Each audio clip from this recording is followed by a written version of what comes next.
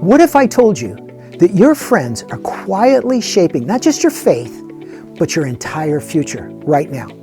Some friendships bring you closer to Jesus and others pull you away.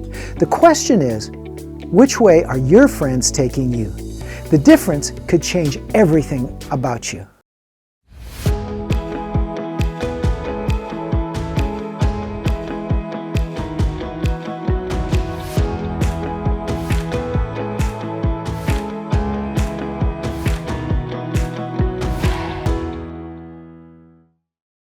Welcome to the Binmin Popscast. I'm Dr. Bob Martin, or Pops. Today, we're discussing one of the biggest influences on your spiritual walk, your friends. Now, over my life, I realized how my closest friends at various times affected me for better or worse. And that's why today we're talking about how to find and become a godly friend.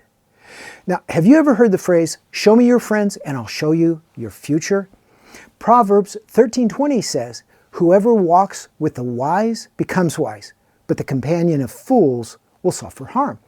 Whether you know it or not, your closest friends shape your thoughts, values, habits, and even your relationship with God. I mean, it makes sense, right? That if you spend most of your time with people who love Jesus, pray regularly, and try to obey God, you'll naturally grow in that direction. But if your friends ignore God, criticize Christianity, it's going to be harder for you to stay committed. So let's start by looking at what makes a godly friend. First, they don't have to be perfect, because none of us are.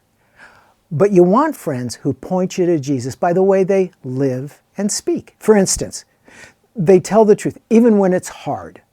They pray for you. They cheer for your wins, and they comfort you in your losses. They help you obey God even when it's not popular. And they're willing to redirect you back to God when you get off course. But if you want loyal, encouraging, Christ-centered friends, you're going to need to become one. Matthew 7:12 says, "So whatever you wish that others would do to you, you do also to them." For instance, don't gossip. Don't pressure people into sin. Be someone who shows kindness, forgiveness, and courage in your faith. In short, be the kind of friend you pray to have. So, where do you find godly friends? Well, you might be thinking, there's no one I know in the world around me, at my school, at my work. Well, believe me, they do exist, and they're probably looking for you too. To find a Christian friend, look in places where you're more likely to meet believers your age, such as church, adult Bible fellowship classes, young adult groups, youth groups, a Christian club at school, retreats, camps, or even online Bible communities. You could ask a mentor or a pastor to introduce you to someone. It's going to take some time, I promise.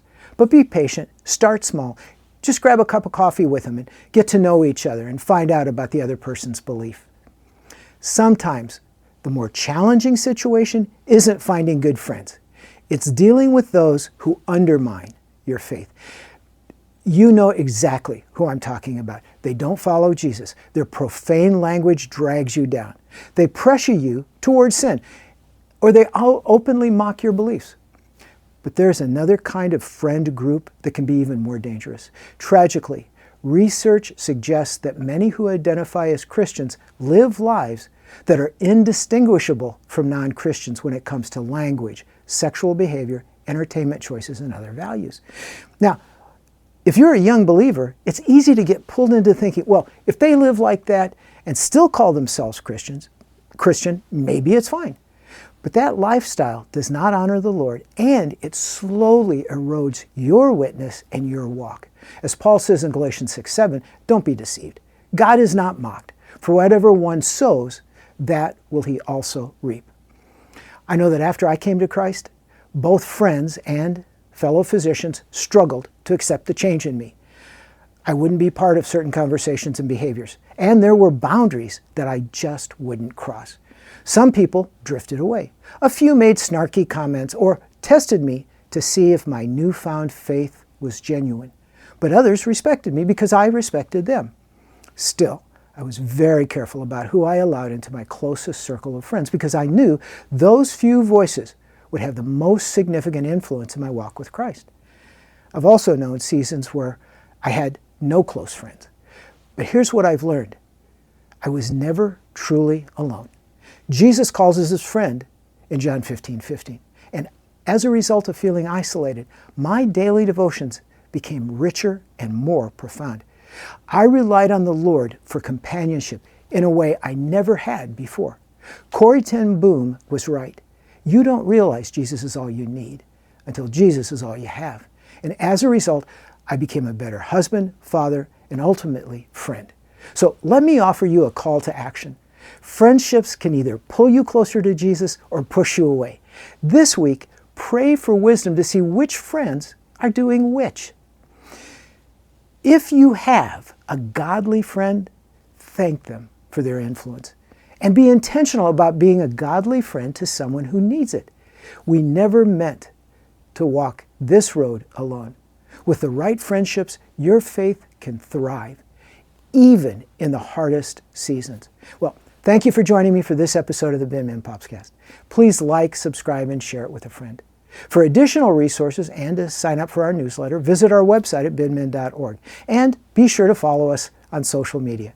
Until next time, God bless you.